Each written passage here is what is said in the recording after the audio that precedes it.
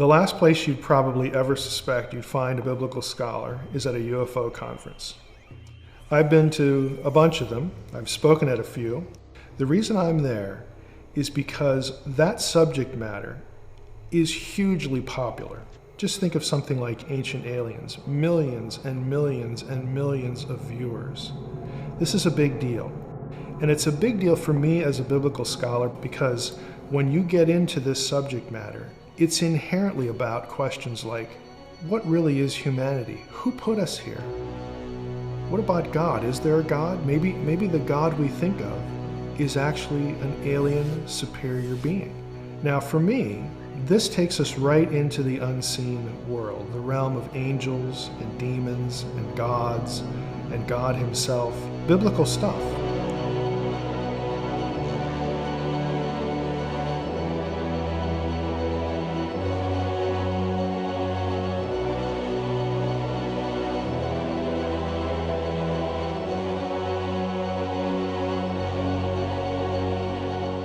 I see a great intersection, a significant intersection between this kind of content and biblical theology.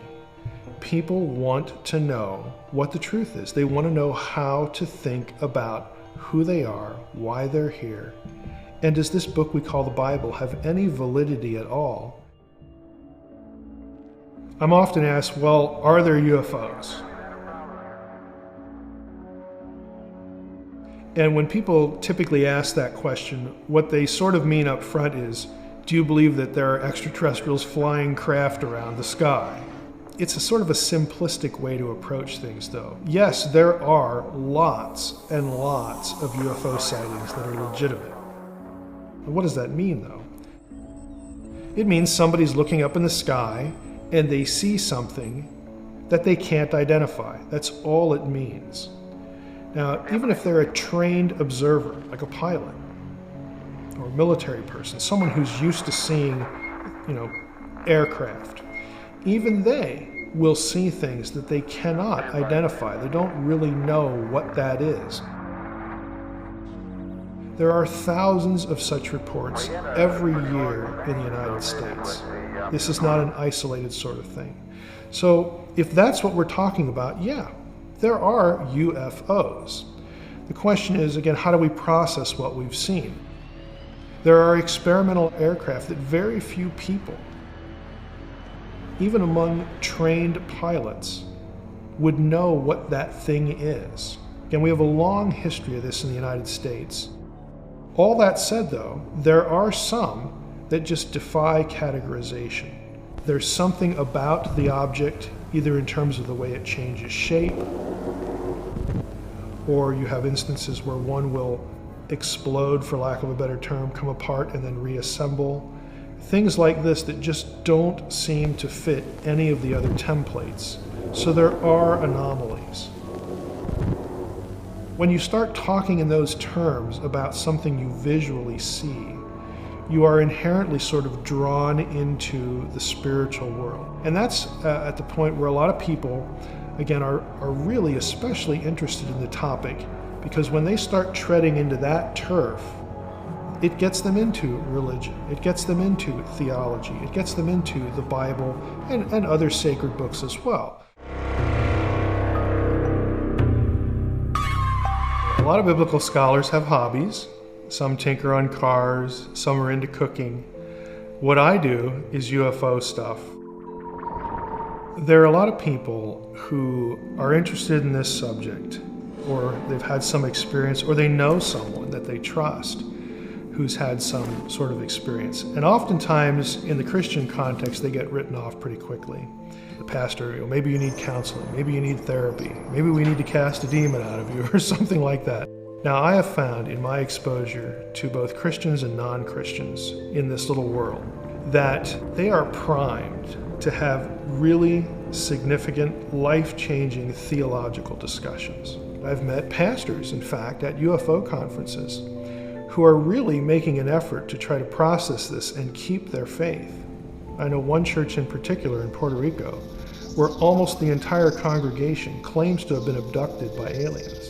Now that is really off the beaten path.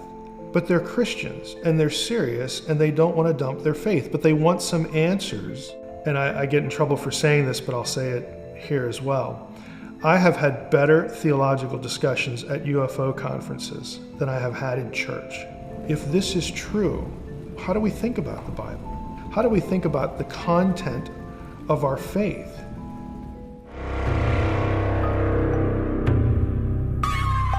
I've never had an unusual experience on my own, but for me it was the 1997 Roswell Conference.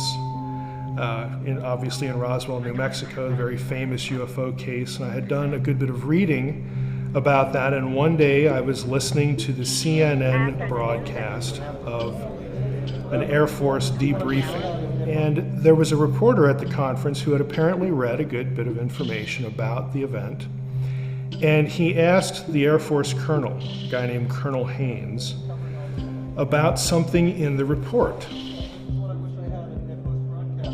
And the question was, well, Colonel Haynes, in the report, you and the Air Force say that the bodies that witnesses claim to have seen in this crashed UFO at Roswell in 1947 were actually crash dummies that the Air Force used.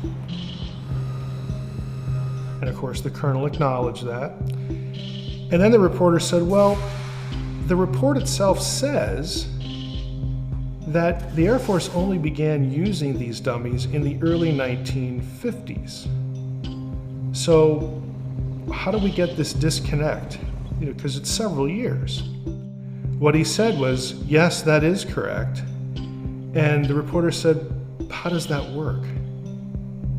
And the colonel actually said, we believe that the witnesses to the Roswell event, we think, have undergone time compression. And when I heard that, I thought exactly what the reporter said. What's that? What is time compression? And the colonel answered, well, we think that the witnesses are retelling a story that actually happened in the 50s, but they're remembering it as happening in 1947. Now we're sitting at Roswell, if I'm the reporter, I'm listening to an event, a conference about an event. This is an anniversary event, in fact, the 50th anniversary of the event. And everybody can do the math. There were not just 2 or 3 witnesses to the Roswell event. There were hundreds of primary witnesses, people in those people's families, again, who heard about the story. It was printed in the Roswell Daily Record, July 2nd, 1947. It got picked up by newspapers in 1947, the same week, across the country. But somehow this guy's saying, no, it was really in the 50s. And as soon as I heard that, I thought, somebody somewhere in the military, in the government, in this sort of need-to-know world, somebody somewhere wants this myth to live. Because that's all that this press conference is doing. It's feeding into the mythology of a government cover-up, and the cover story is aliens. Because the answer that the colonel gave was so ridiculous and so easily falsified that I couldn't believe what I was hearing. And so that sort of took me from a casual reader, somebody with a sustained but casual interest, into a person that thought, I need to do some research here, because there's something about this case, there's something about this subject, there's more than meets the eye here. Somebody wants this myth to live, and I wanted to know why.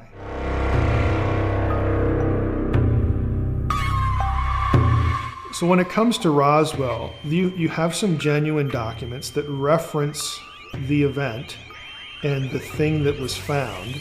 And what you find is that it was not an extraterrestrial object, but it wasn't what the Air Force says it was either. So that's interesting on a number of levels. On the one hand, it affirms the event because, hey, we're at the CNN press conference in 1997 and we can all do math, all right? It goes back to the 40s, not the early 50s.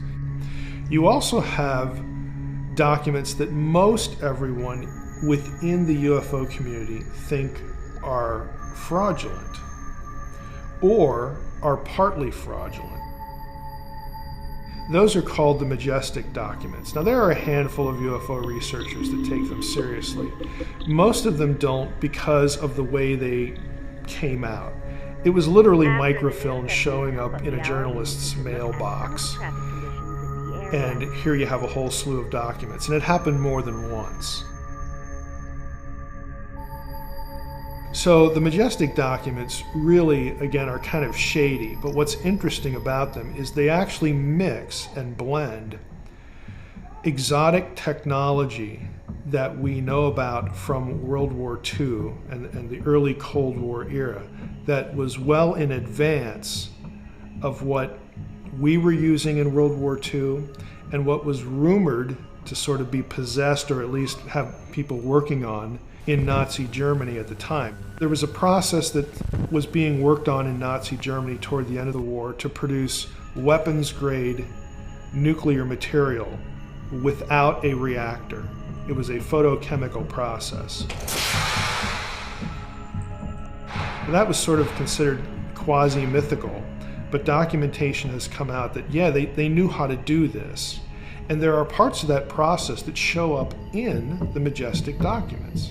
Now, I look at that and say, well, that's not a coincidence. They probably found some craft, some experimental thing that was using nuclear power or that was part of this process.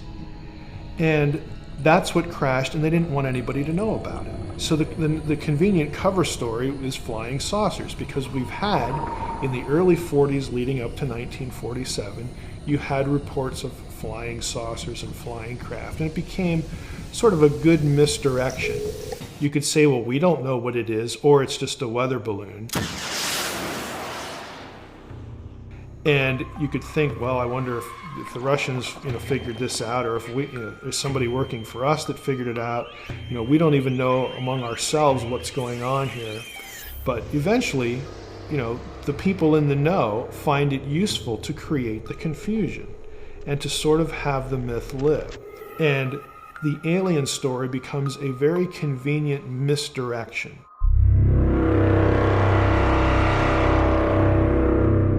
My view, and this is the view that I take in the facade, is that Roswell was an Operation Paperclip screw-up. This was a program begun by our government during World War II. We knew we were going to win the war. The question became, what do we do with some of the people who are sort of at the forefront of technologies we're interested in, like the V-2 rocket? President Truman at the time did not want anyone from Nazi Germany or Japan who was involved in war crimes brought into our country, even if it was for an ostensibly good purpose. Let's tap their brains and get their technological knowledge. There were people, though, who disagreed with him. And so what they did, along the chain of vetting people, was if they got a really interesting candidate that they knew would be rejected because of a connection to like the death camps or something like that, they would put a paper clip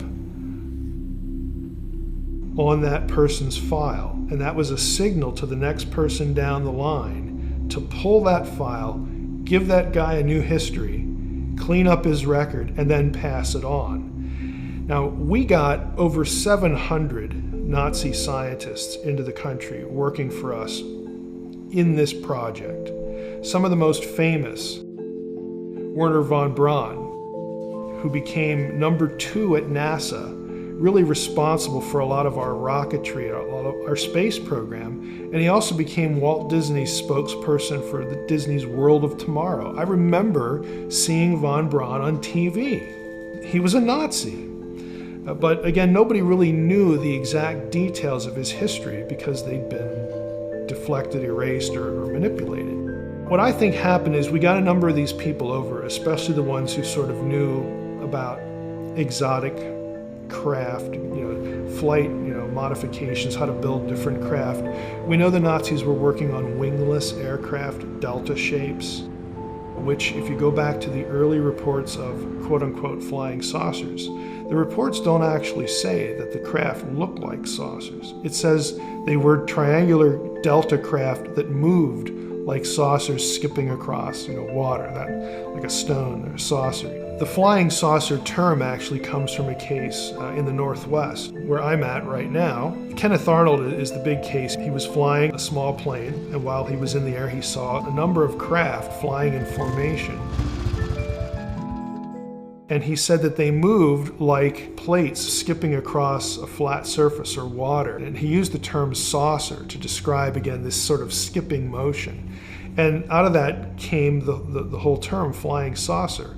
But when he was asked to draw what he saw, he drew delta wing craft. He didn't draw a perfect circle like we typically think of with flying saucers. Now we can look in hindsight, and we know, again, some of the things that they were working on. We know the processes that they were using to do this. And these things show up in the Majestic documents. And some also very human technologies. The craft at Roswell, for instance. You'll read about, again, exotic things. We don't know how this works or what it is. And then they'll have things like gears. Okay? Why would you need a gear in a craft, of this nature if it was truly something that could travel through space? There are incongruities there. You have Roswell. This is the place where we stored our nuclear bombs. This was an important base. What would the public reaction have been in 1947, right after the war, to find out that at this base we had personnel who had been working on things from Nazi Germany? I mean, that would have just caused an uproar, even if they weren't located specifically there, to learn that we had them in our scientific apparatus, that they had not been prosecuted, that their records had been sanitized. And here they are on our payroll, on the taxpayer payroll. That would have just caused an uproar. It's a very good cover story to take what happened at Roswell and call it extraterrestrial or say it's a mystery, because it helps you cover up and misdirect attention from what you're really doing. Another reason I think that Roswell had to be covered up or attention diverted from what it really was are the bodies that get reported in the Roswell incident. I don't think at all that they were extraterrestrial bodies.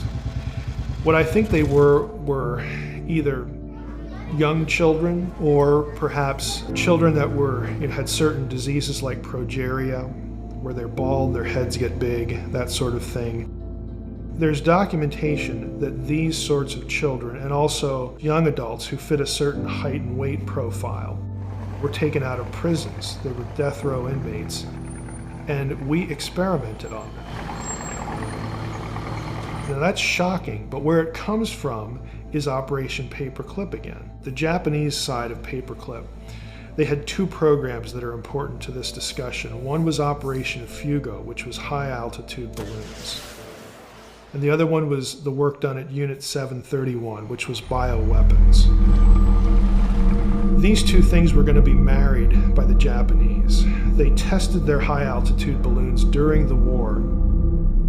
They would put an explosive on one of these balloons, launch it, and then the wind currents would take it over to the west coast of the United States.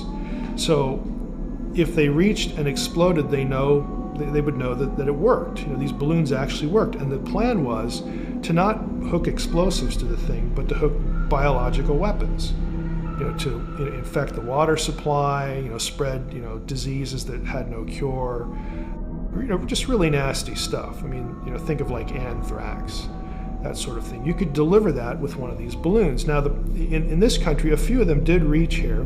The press was forbidden from talking about any of this by the military. And they actually obeyed. And the logic was, we don't want the Japanese to know that one of them ever got here. What we did was get people from Japan who were part of these programs into this country, and then we started experimenting with high altitude balloons. What could be done? We used human beings for altitude tests. There's something in this country called Project Sunshine, where we were taking death row inmates and using them to be experimental subjects because we needed to know the effects of this or that on a human body. And so when one of them crashes, there's a screw up. Okay, Operation Paperclip, experiment goes wrong. in the desert there in Roswell. It's a very convenient thing to say, we have no idea what this is. Oh, it's just a balloon. Or, hey, maybe the Russians are doing it. Or maybe it's space aliens. Again, to make the myth sort of real. Real enough so that people talk about it and think that's what we're covering up instead of the thing we're really covering up. Again, it's a very useful thing in that respect.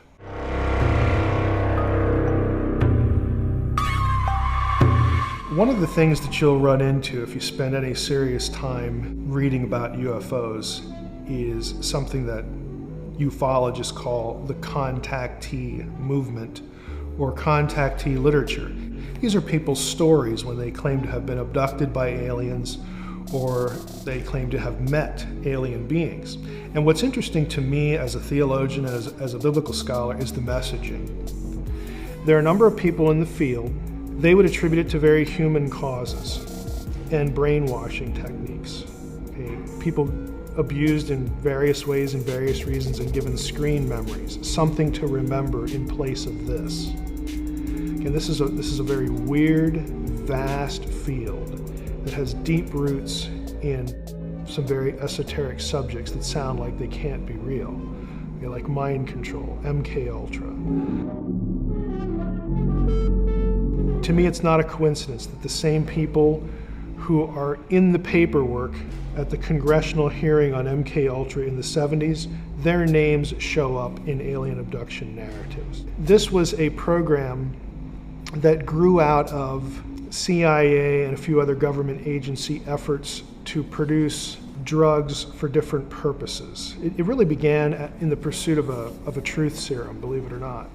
In the 50s, there was a lot of effort put into, can we come up with a drug that forces people to tell the truth?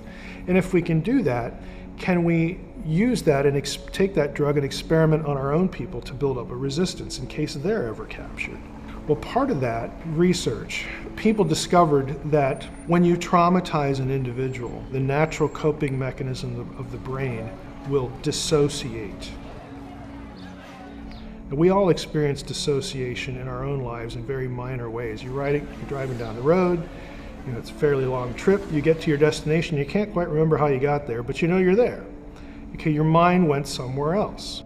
Well, the people in this program discovered that you could deliberately do this to people and have part of their mind essentially split off.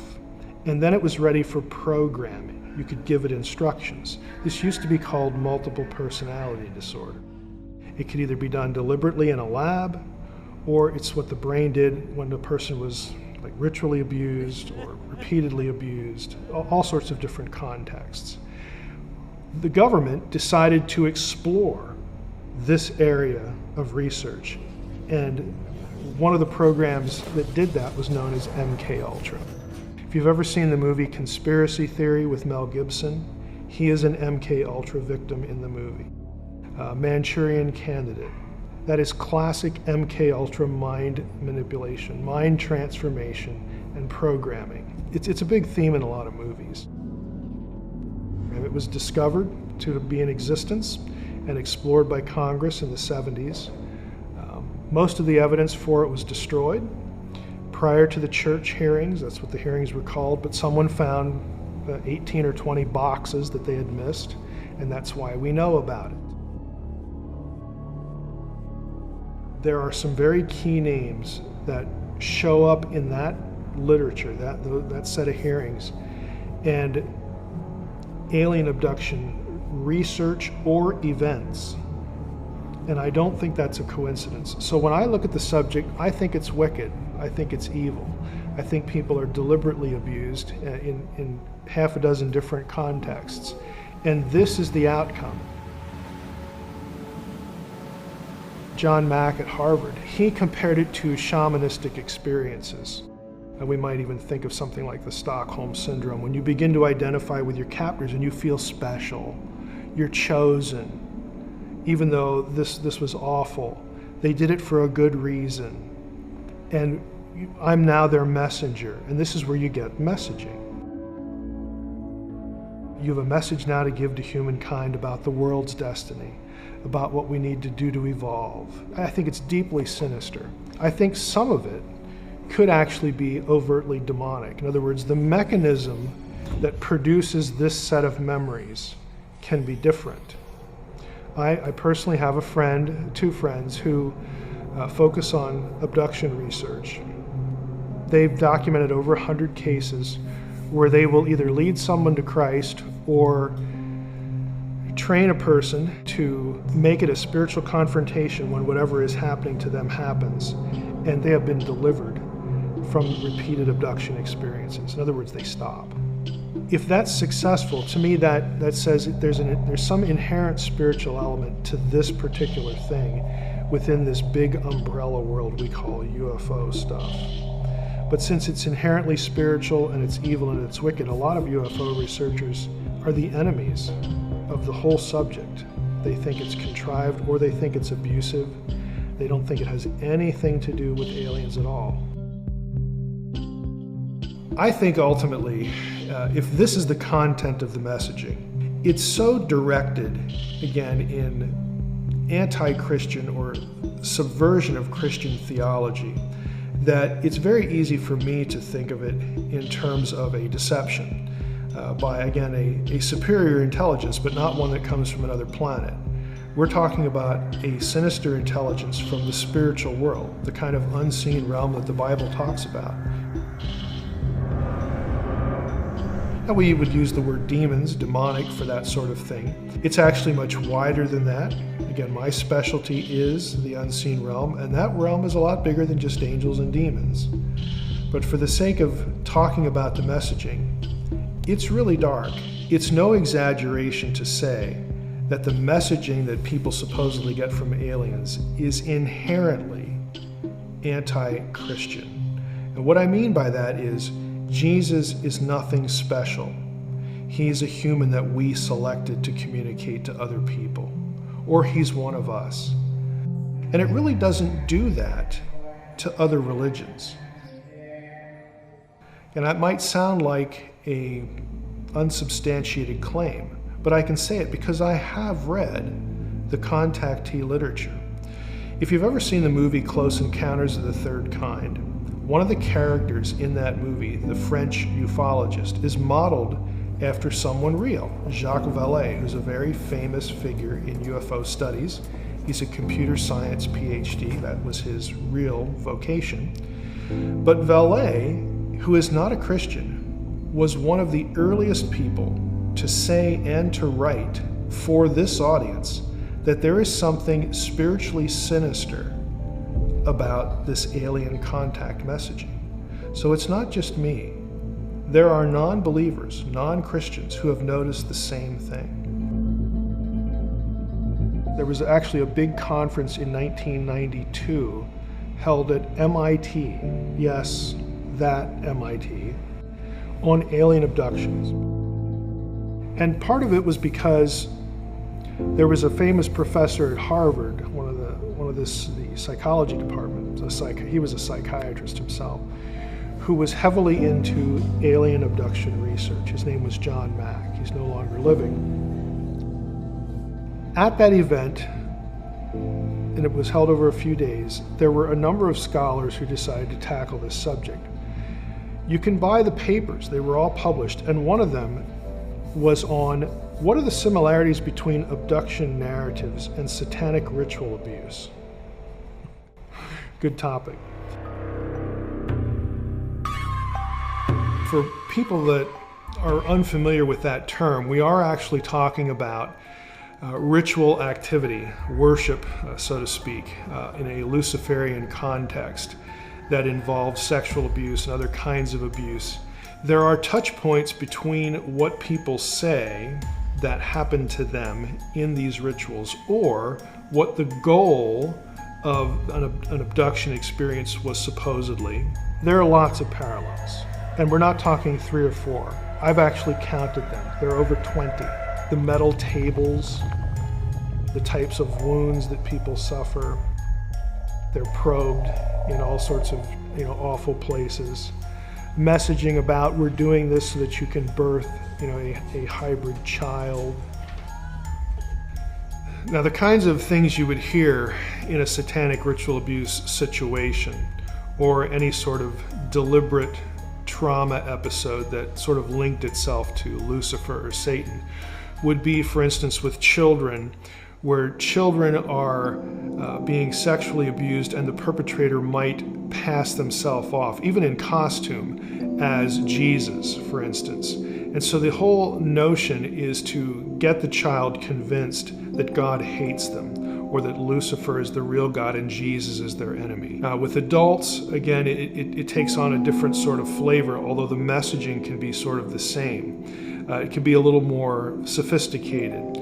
For instance, messaging that would be consistent with you're special, you're chosen. But there's sometimes this spin put on it that even though this is suffering, it's the shamanistic sort of approach, that this event will help tune you in more to the realities of the spiritual world, and that will prep you to take a message that people need to hear. Now, in terms of alien abduction narrative, this is very common. You'll often have women, for instance, who are convinced that they are carrying, as a result of their abduction experience, a child that is essentially a hybrid that might either be termed the Antichrist, or there will be things or ways it's talked about that sort of would remind a Christian of how the Antichrist is described, or sort of beast imagery from the book of Revelation, that sort of thing. But it's cast in a positive spin. In other words, this child is sort of a divine, human interface or hybrid that is going to be here not to do bad things, but to help humanity realize what it could become. You might wonder what connection this sort of thing has to satanic ritual abuse. Sometimes there is a connection, sometimes there's not. Again, people have these experiences and relate narratives, memories, for different reasons. It really, again, in my view, since I don't think that aliens are behind this at all, but I think most cases, the overwhelming number of cases, humans are behind these things. It just depends on what messaging people are given. Sort of what thing do we want you to remember that you will slide that in as your experience, which will hide and obscure and deny what really happened to you. But when the messaging is so dark, and what's done to people, or what people think was done to them, is so sinister, again, that has a very evil feel to it. I do leave the door open, though, to something that I would call direct demonization, where people have an experience where there is some sort of spiritual event, something done to them by a spiritual being, and then this is the way they process it, or the way they could process it. In my mind, the ones that stand out as sort of pretty well, probably, obviously, getting into that territory, demonic in nature, are the ones that really sort of have a reaction to a person who is taught or remembers to sort of interject Jesus into the conversation. When you have something going on and you invoke the name of Christ, for instance, or you speak to the perpetrator in the name of Christ and demand that they stop, or something like that. And again, there are hundreds of these sorts of cases where a victim does this deliberately, intentionally, and not only does the incident stop, but it never repeats. That tells me that there's a demonic element, a pretty clear demonic element to what's going on. Abductions often run in families, abduction experiences. Again, these what we're calling alien abduction experiences. They either run in families or they repeat with particular people, quite frequently. It comes back again and again and again and again. And again, we're familiar with that too because of media, movies and television shows. So when you have that kind of situation and you address it with sort of a spiritual weapon, and then it's done, to me that suggests pretty strongly that we had a supernatural event going on here.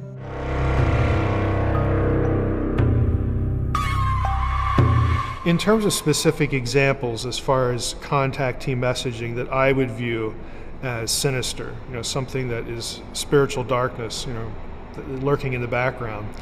In the history of ufology, there have been a couple of very famous contactee episodes. One of them involved a guy named George Adamski. Adamski became very famous in the 50s and thereafter for supposedly being contacted by an alien presence, visiting Venus and all these different planets, having this or that vision. I call them visions, but he would actually say he went to these places with his alien friends. And his messaging was really nothing more than warmed over Gnosticism, that the aliens were telling him, every human has the light of God, or the light of the supernatural realm in them, and they just need to remember sort of who they are. They need to be enlightened. Very typical Gnostic messaging about the salvation of humanity being from within and recognizing their own divinity. Gnosticism was an ancient, and still is, belief system that was a strong competitor to the early church because it used biblical language, it used Jesus stuff as part of its presentation of what salvation meant and what the nature of the world was. But the short version of Gnosticism is that there's the true God in most remote history, and he took of himself to create other eons. These eons were entities, and one of these eons transgressed the will of the supreme deity, the true God, as Gnostics would like to say. But one of these eons transgressed and decided, well, I want to create a being sort of like me, like my maker did. And that being, Sophia, creates a being that is evil and sinister, and that is the being that creates humankind. That is the God of the Bible. He's a bad guy in Gnosticism. And the good guy in the Gnostic story is the serpent, because the serpent is the one who comes to humans and says, hey, you people don't really realize what's going on here. Did God really say, did your maker really say, again, the bad guy, this or that? And so the serpent is viewed as trying to enlighten humans to the nature of who they are. There's a little spark of divinity in them because of where they came from. And it's a very old system. It's very self-oriented in terms of salvation. Salvation is not about taking care of a sin problem. It's about becoming personally enlightened to your own divinity. And you can see this kind of messaging in a number of contactee episodes in the history of UFO studies. I think the reason why we get a similarity here, or an overlap, between alleged ET messaging and Gnosticism is that there is a good part of the whole alien thing, the alien subject matter, that is inherently spiritual. Again, this is a wide, far-ranging kind of subject, and at least part of it is really about, apparently, spiritual messaging. And who's going to be interested in spiritual messaging except spiritual beings? Okay, so you have competitors to God who have their own kind of message to direct humanity away from the truth. And it's very convenient, again, to use a certain set of ideas, but here we are in the 20th century, okay, with these contactee events. And so I view this part of ufology as really nothing more than intelligent, demonic beings using old lies and repackaging them for a 20th and 21st century audience.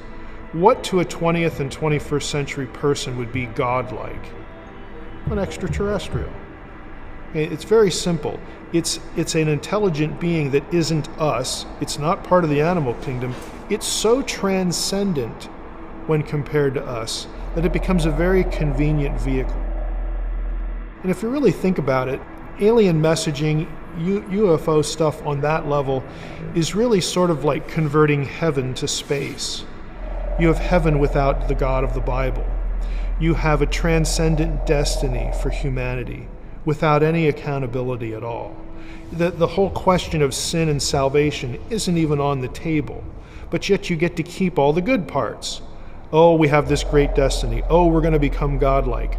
Oh, the deity is interested in us and loves us and has a message for us and picks some of us to convey this message and make us special. You have all of that repackaged in this sort of technological society garb as aliens. The second sort of famous episode is that of Billy Meier. This actually happened in Switzerland, but it's gotten a lot of traffic in the wider UFO community and over here as well, because Meier was the guy whose pictures, again, alleged pictures of alien craft, wound up on the cover of National Enquirer and other things like that. And they looked really spectacular. It's kind of a case of that looks too good to be true. Meier was supposedly contacted by a female alien, who of course was good looking, and her name was Semjaze, Semjase. That is strikingly close to the Shemyaza with a Y, or the Shemkaza of First Enoch, who is a demon. Okay, in fact, one of the lead figures in the Genesis 6, the Watchers episode. And so, again, if you have the biblical background, you look at the story of this and you think, that really can't be a coincidence. I mean, that you would have this, either he made it all up and he picked a really bad name. That's going to telegraph, again, sort of a demonic messaging. It's easy to read the narrative of Genesis 6 when you have this sort of thing in your head as being kind of an ancient incident of the same sort of thing. And there are these touch points, especially, again, with sort of the outcomes. Enoch's retelling of that story, instead of saying sons of God, he will often use the term watcher. Now that word does find its way into the Bible itself in Daniel. It occurs 3 or 4 times in Daniel chapter 4. It just refers to watchful ones, or possibly those who don't sleep. There are good ones and then there are rebellious ones. Good ones are in Daniel 4. A watcher and a holy one comes down and tells Nebuchadnezzar, hey, you're going to go crazy for a while. And we actually find out in that chapter that this punishment on you for your pride is, quote, by the decree of the watchers, plural, in verse 13. Now, a few verses later, it's also referred to as the decree of the Most High. So it's not like you got a bunch of angelic beings running around saying, hey, let's just go down and tell Nebuchadnezzar that's going to happen to him, and we get to call the shots. We have to look at Genesis 6 pretty carefully. It's very easy to read that passage against this backdrop. And I think if there is sort of a common denominator, it is the idea of quote-unquote gods or spiritual beings raising up maybe a population or a people group, a group of elites might be the best way to say it, that will somehow be the great civilizers. And in the alien abduction narrative case, you have, again, chosen individuals to bring alien human hybrids into the world. And that's going to be the thing, the catalyst that takes humanity from where it is now to its ultimate destiny of transcending being human, being something more than human. And in Meier's case, and in Adamski as well, there would be additional claims of Jesus was one of us. And you bring Jesus into the conversation and, oh, he was one of them. Well, that explains the Bible, doesn't it? That explains why Jesus could do all this amazing stuff. And I don't want to reject them because then I'm rejecting Jesus. Again, throwing him into the conversation that what Jesus was really here to do is to, unfortunately to quote Ben-Hur, okay, to convince us that there is a spark of God in every man. And they are here to help us realize that, to awaken us to our own enlightenment. Again, either Meier made this up and picked a really unfortunate name that, again, people who are familiar with ancient texts are going to sort of pull out, or he was met by an entity who took this name, and again, that's very suggestive of something sinister.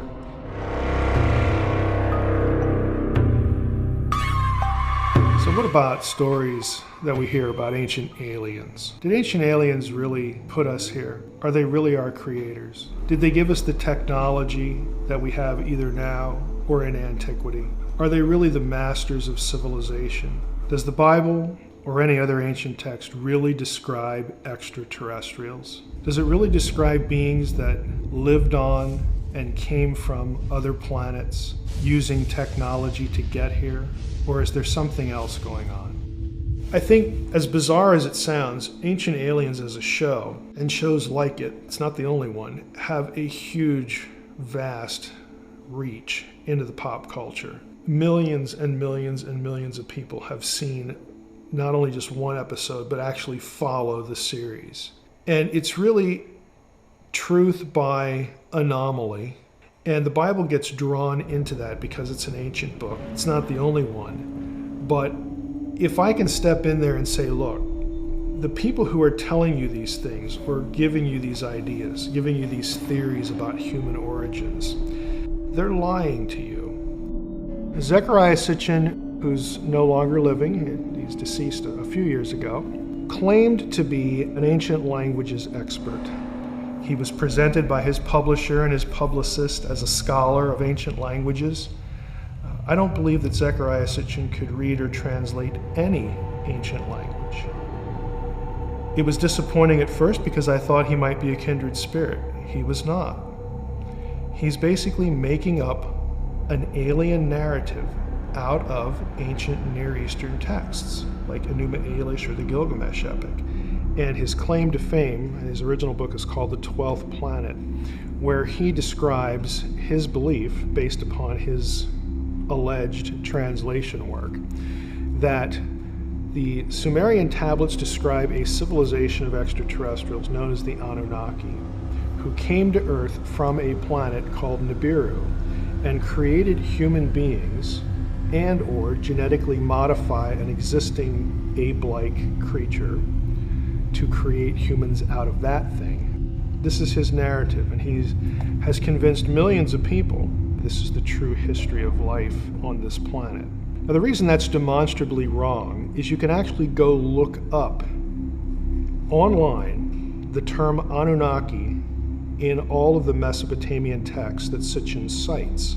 You will find that there isn't a single tablet that has the Anunnaki on Nibiru. You will find that Nibiru is actually described as Jupiter or Mercury or just a star, but no planet, again, out in the outer reaches of the solar system where Sitchin puts it. You'll never find the Anunnaki riding in a craft anywhere. You won't find all of the core ideas, or any of the core ideas, that Sitchin has for his mythology. So it's not very difficult to show that he's wrong. I've gone on a number of radio shows and basically just put it this way. How easy would it be to show that Mike is wrong?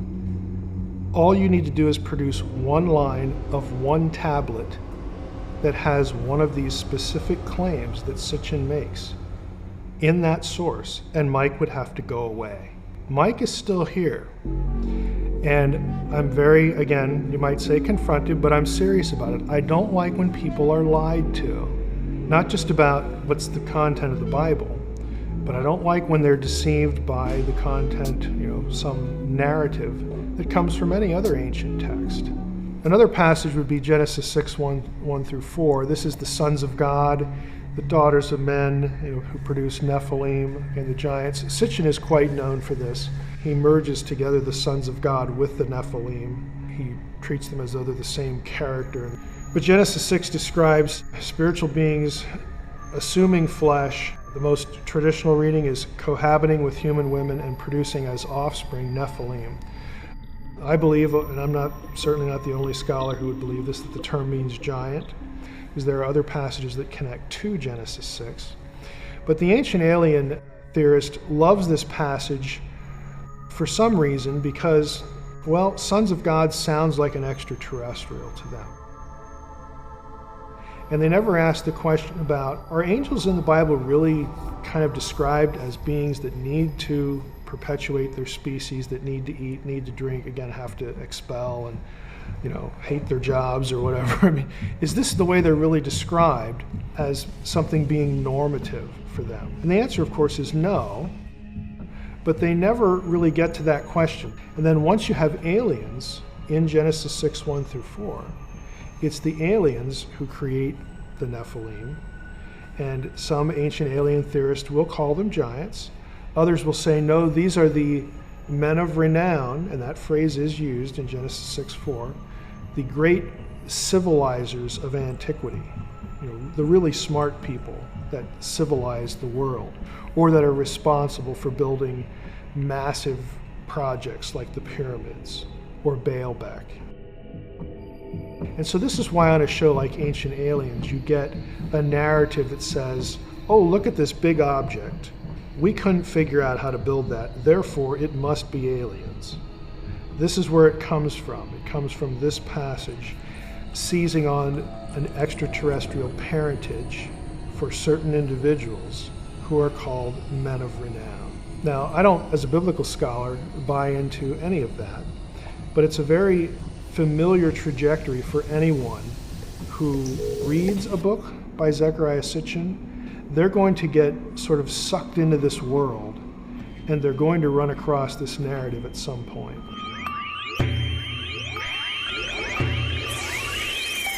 I was invited to speak at the Bay Area UFO Conference, and I was invited to speak about ancient astronauts. I'm an ancient studies scholar, I'm a biblical scholar. This is great. He was on Coast to Coast, and that was a wonderful interview. Let's have this guy come out and do this. I wasn't vetted at all. In other words, they thought they were getting a believer. I am not, again, an ancient alien believer. So I went to the conference, and I basically did a lecture on Zecharia Sitchin. And I went to this conference and basically tore his work apart. There's really no other way to say it. And I tried to be nice about it, but I wanted to be firm about it as well, just dissecting where his errors were. I was asked to leave the conference.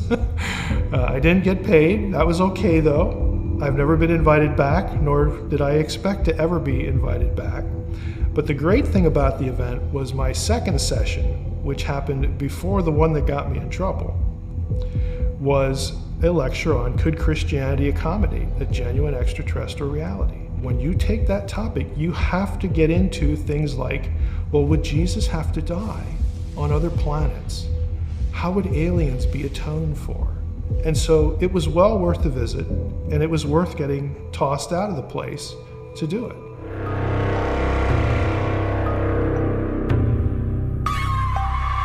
Because of the way most Christians have been taught to think about demons, there's angels, there's demons, and then there's God, and that's pretty much the spiritual world.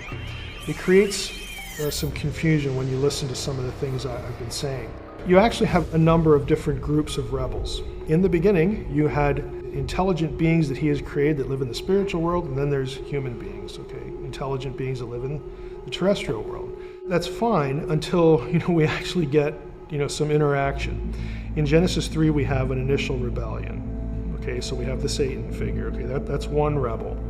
Genesis 6, we have another group.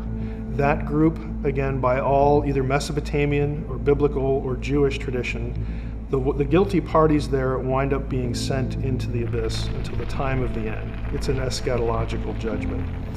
So that's a second group. A third group we get from the Babel incident, Deuteronomy 32, 8, and 9, when God divides up the nations and assigns them to other sons of God, and then they become corrupt. God abandons the nations at Babel, and he says, Israel's going to be my portion now. Jacob is going to be my inheritance. And so he calls Abraham, and he makes for himself a new nation, Israel. This is why in the rest of the Old Testament, it's Yahweh against the gods of the nations and Israel against those nations. The sons of God that are assigned to the other nations, this is the Old Testament explanation for why those nations got their own pantheons. We read in Psalm 82 that they have become corrupt. At some point in their history, they fail. They don't rule the nations the way God wants them ruled. Now those guys aren't bound. They're not in prison. The Genesis 6 ones are. What about demons? Just using that word demon. If you asked a first century Jew, hey, where do demons come from? They would have an immediate answer. If you ask a Christian now, they would say, I don't know because the Bible doesn't tell me. It's actually not the case. A Jew would say, well, sure, we know where demons come from. They're the disembodied spirits of dead Nephilim. And that sounds very bizarre to our ear. That's not what you hear in church. It's not what you hear in seminary either. But there are hints of it in the Old Testament. Isaiah 14, Isaiah 26, Job 26, verse 5. These are three passages that have Rephaim in the realm of the dead, what we think of as hell. Now, that tells you, again, where a Jew would have gotten this idea.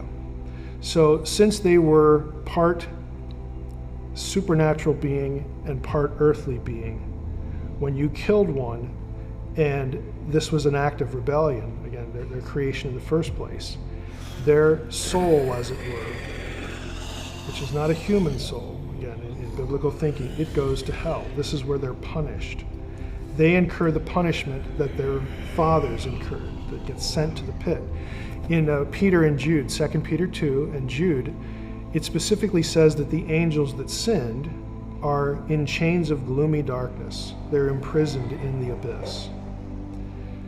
There is no other sin in the Old Testament, angels plural, that you can point to answer the question, what are Peter and Jude talking about? There is no other possibility other than Genesis 6. A lot of people think, well, there was this great cataclysmic rebellion before creation, and Satan used to control the earth, and then he rebelled, and then he became bad, and then he went to the Garden of Eden and all. This whole idea about a satanic rebellion before Adam and Eve, you will never find that in any verse in the Bible. But that's part of Christian tradition that's been passed down. I personally think it comes from Milton's Paradise Lost, a great Puritan book. But you will not find it in a single passage in the Bible. The closest you get is Revelation 12, Michael, a third of the angels, okay?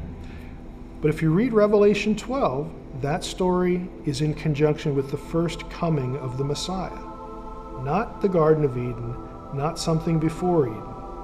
So there's no other thing you can look at in the Bible to explain what Peter and Jude are talking about as far as angels that sin winding up in hell. And this is really part of our fallen angel tradition in Christianity, but it has some of these extraneous elements kind of thrown into it.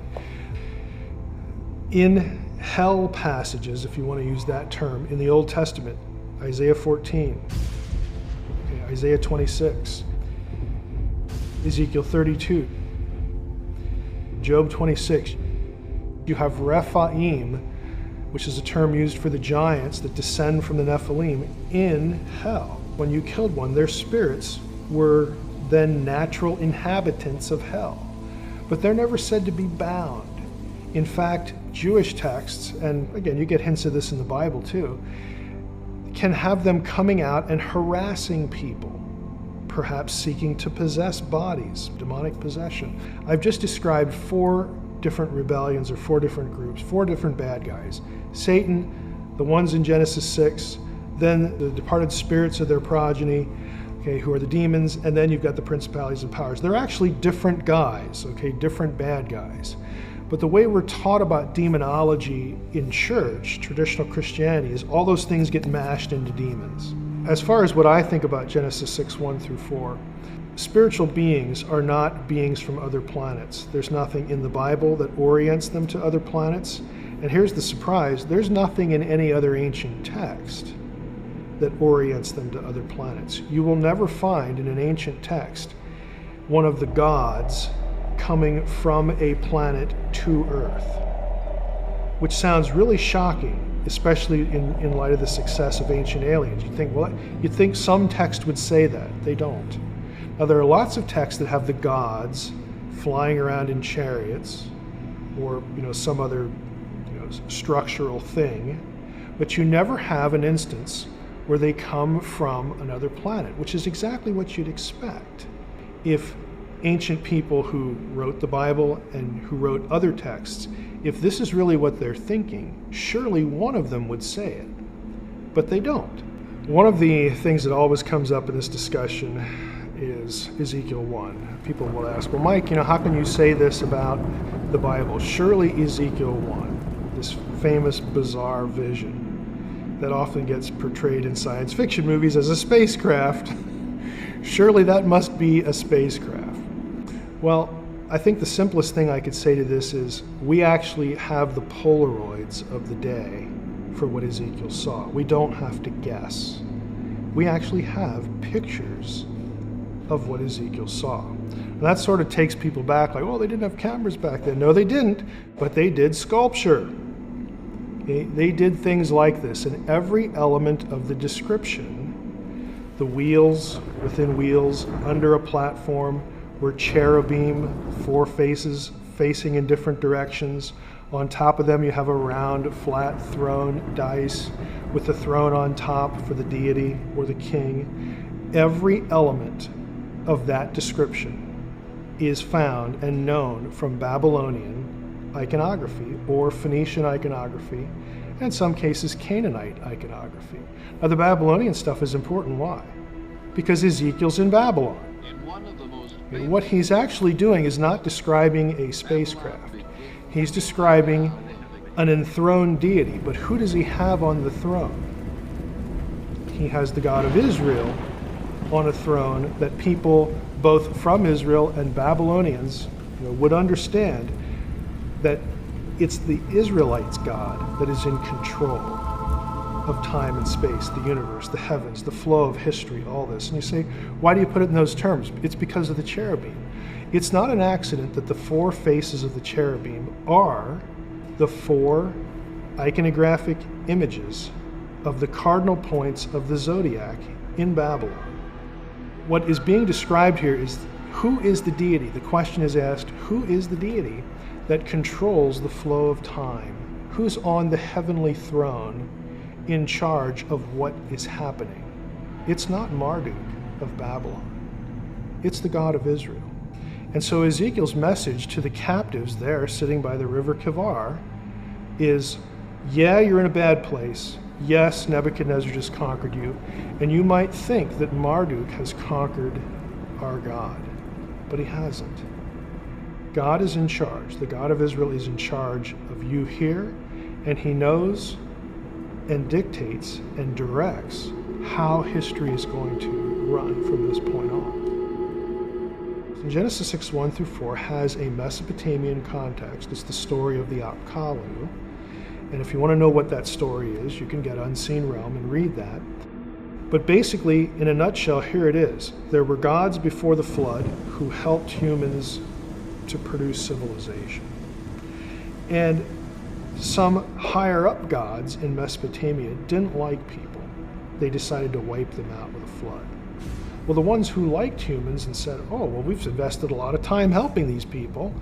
Now, this is a terrible thing. What do we do? Aha, we've got it. We will mate with a few of them, and then what we know, the children that are produced will be super intelligent like we are, and so our knowledge will survive the flood. We've got to make sure that a few of them survive, and our children, our direct progeny will be part of that, and humanity will be saved. So this is the Mesopotamian story. So the ones who do this are the heroes. They're the good guys. Now the higher up gods look at this and say, that is not what we had planned. And they send the gods who help into the abyss forever, however long that is. Now the biblical story inverts that and says, look, this is a transgression of heaven and earth. This never should have happened. This is not a good thing. This is evil, it's wicked, because humans will use this knowledge to become better sinners, to be more self-destructive. Biblical texts and other texts say this is why humans are so efficient at war. This is why they have a problem with lust. This is where they learn to be astrologers. All sorts of stuff that really turned out to be self-destructive in other biblical stories. The blame goes right here. And so what Genesis 6:1 through 4 is it's a story about both human and divine rebellion against the boundaries that God has established, and the destruction that results from not staying where you belong and trying to become godlike and thinking that you know better than God. So at every point, the biblical version of this kind of inverts the Mesopotamian version of this. So to summarize Genesis 6:1 through 4, the most, if I can call it this, the most traditional supernaturalist reading of the passage is you have divine beings who can presume, create, and take on bodies. Okay? And when they show up in flesh, as they often do in other passages, flesh can do what flesh does. And they deliberately try to raise up their own populations, either thinking that, well, they could do better, because the world is just in a bad place in Genesis 6, verse 5. Whatever their motivations might have been, ancient texts outside the Bible vary on this, but they're the ones who produce the Nephilim, who are these giants. Now, in the biblical story, it's this act, it's this incident that is the explanation for the giant clans that try to wipe out Israel later. In the book of Numbers 13:33, Moses and Joshua run into the Anakim. And it says explicitly in that verse, the Anakim are from the Nephilim. The Anakim were also known as Rephaim and Amim and Zamzum. There's a whole bunch of names for them.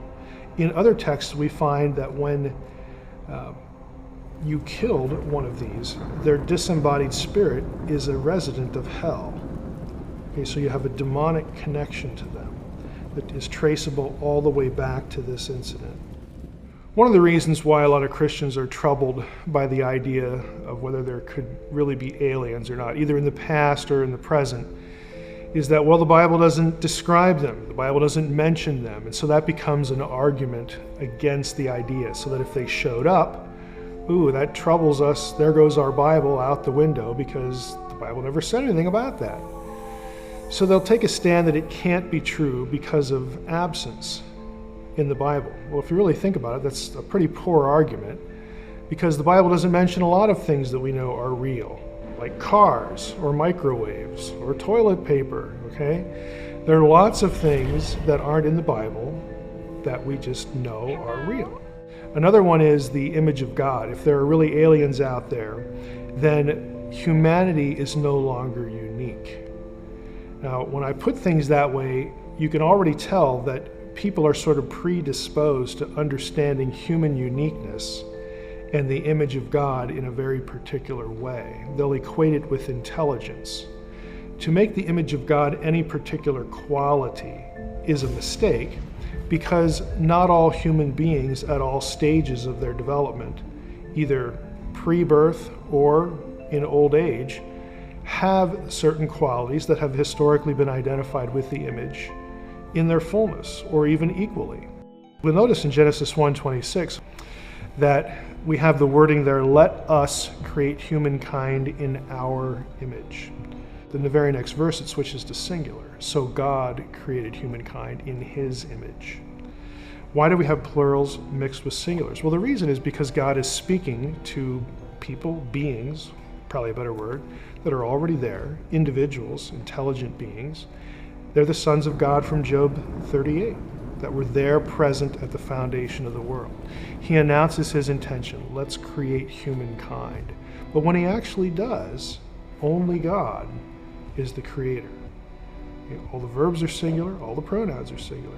Only God is the creator. So the plural language is important because he's referring to the members of the spiritual world, the heavenly host. He's bringing them into the conversation about imaging. Let us create humankind in or as our image. The plural's there because somehow God and us and them are connected in some way. And the way we're connected is we image him here, they image him in their world. We have the same creator, and we represent the same being, the same God, the same creator. But only God himself created either of us and the members of the spiritual world. And if you take that perspective, when you say, well, what if there is ET? So what? So what if we have intelligent alien life? That is not what imaging is. If there are extraterrestrials, they're not even in the equation. They're not even in the picture in Genesis 1. They would be created beings in biblical thinking, but they're not imagers. They're not members of the heavenly host. They're not humans. They are just intelligent beings that exist somewhere else that God happened to make. God doesn't have to tell us everything he does, everything he did or will do. And we're back to the whole, it's not in the Bible, so it can't be real kind of argument, which again is flawed. The Bible is not a record of everything that God has ever done or will do. But this is the kind of thinking that goes into it. But once you take, again, it's not in the Bible off the table, once you take, oh, they're intelligent, so that ruins the image idea off the table, then the whole idea of having intelligent aliens becomes a little less theologically threatening.